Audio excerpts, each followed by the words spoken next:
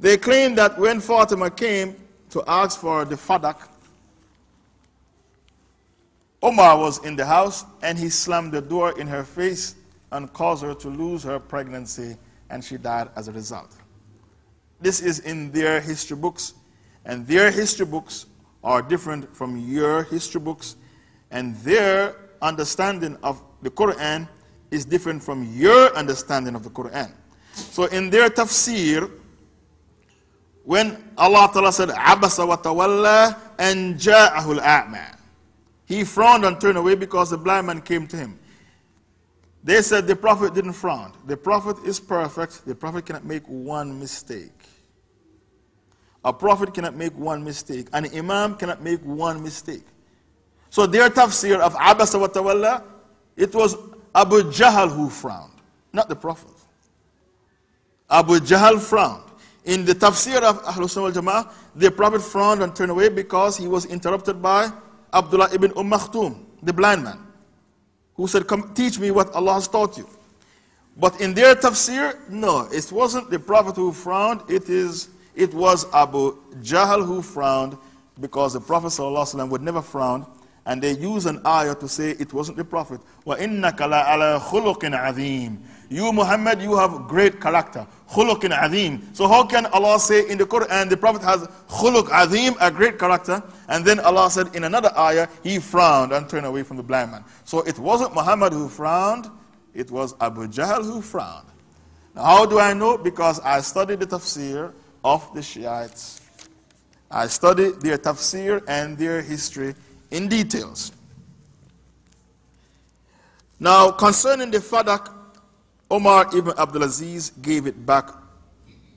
Omar ibn Abdulaziz gave it back to Ahlul Bayt during his caliphate. Now, according to the Shiites, Ahlul Bayt is only Ali, Hassan, Hussein, Fatima. As for Aisha and Hafsa, Salama, they are not from the Prophet's family. Now, this Aqidah of theirs is absolutely ridiculous. If you are married to a woman, does she belong to your family? Yes or no? Yes. How do we know that in Islam, if you are married to a woman, she is of your family? When you die, she inherits a quarter of your property. If she wasn't from your family, why is it that Allah designated, Allah Ta'ala has allotted for your wife a quarter of your property? Because she's of your family. And if you have children, Allah said you give her 1/8 of your property. 1/8. Why? Because she's of your family. And one day people were saying bad things about the Prophet's family. And he covered Hassan and Hussein and Fatima underneath a sheet and make a dua. And said, oh Allah, let them be protected from the tongues of men. Protect my family. Salama was standing there and she said, what about me? And the Prophet said, and you. So the Prophet said to Salama, and you. Why he pointed to Salama and said, and you? Because Salama, who was his wife, is also a member of his family. When Uthman was the caliph, Abdurrahman bin Auf divorced one of his wives because he was on his deathbed and he didn't want her to inherit. He pronounced divorce on her when he was on his deathbed because he didn't want her to inherit from him. And as soon as he died, Uthman still override what he did and allow her to inherit. Why? Because your wife is of your family. To say that Fatima, Omar slammed the door in his face and caused her to lose her pregnancy, and she died as a result, and Ali did not do anything, you are saying that Ali was a weak man. Ali, radiallahu anhu, at no time in history, he was proven to be a weak man. They said, the Shiites, that Abu Bakr and Omar usurped the caliphate from Ali. They didn't even attend the janazah of the Rasul sallallahu alaihi wasallam. They didn't have any time to attend the janazah. Why? Because they were busy robbing Ali of the caliphate. They didn't even attend the janazah of the Rasul sallallahu alaihi wasallam. We refute that. The janazah of the Rasul was done at different times by different people. So how can you say they didn't attend his janazah? Many janazah of the Rasul was done in Medina by different people, different sahabas at different times. They have a book called Al-Kafi. Al-Kafi, the author is called Khulaini. 95% of the hadith in Al-Kafi are fabricated hadith. They claim in Al-Kafi, one of the hadith in Al-Kafi, Ali hold on to the hand of Abu Bakr and showed him his destiny in the hellfire. Now how do you refute this? This is very easy to refute.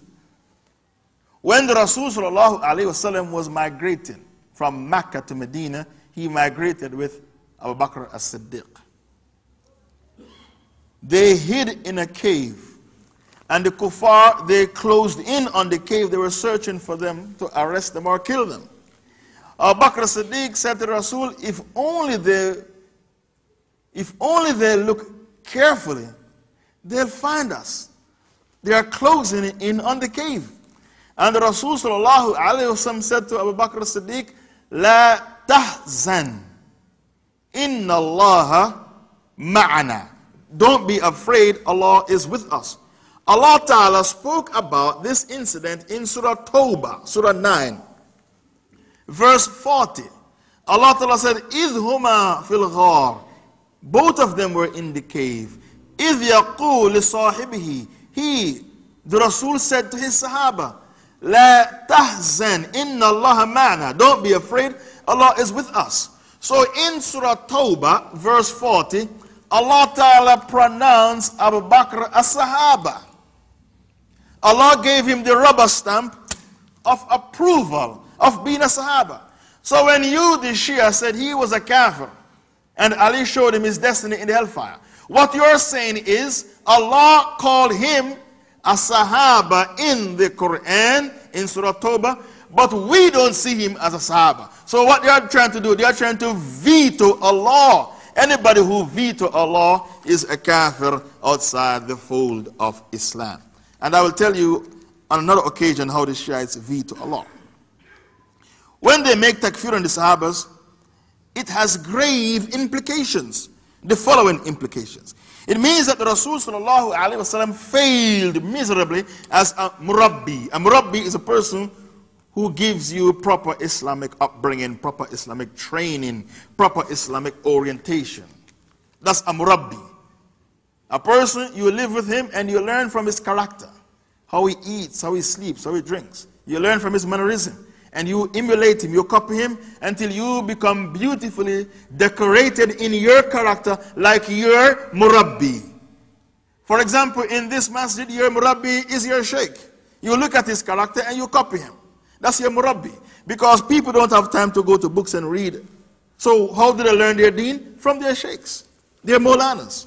And any man whose book is his sheikh, the shaitan becomes his sheikh. Any man who has no sheikh, no murabbi, the shaitan become his murabbi. You need a live person to look at, to copy, to emulate in order to learn your deen. And when you don't understand a hadith or an ayah, you go to your murabbi to give you the tafsir of the ayah. So when you make takfir on the Sahabas, you are claiming that the Prophet failed as a murabbi. Secondly, the Sahabas compiled the Quran. Who compiled the Quran in the Quraysh dialect? Which Sahaba? Which Caliph? Who can tell me? Louder? Uthman. By you casting doubt on the character of the Sahabas, you are actually casting doubt on the Quran itself, the authenticity of the Quran. This is why Shiites believe the Quran has been tampered with. The Quran has been changed. The Shiites, they are going for the jugular vein to destroy Islam. Your greatest scholars and sheikhs are the Sahabas. They taught you how the Prophet walked, how he talked, which foot he entered the masjid with, which foot he entered the toilet with, which hand he used to eat with, whether it's the right hand or the left hand. The Sahabas are your greatest scholars. They taught you Islam. They compiled the Quran for you. They compiled the Hadith for you. In other words, the compilation of the Hadith, they relate to you what the Prophet said in his Hadith. That's what I meant when I said they compiled the Hadith for you. They taught you hadith. That's what I meant. The first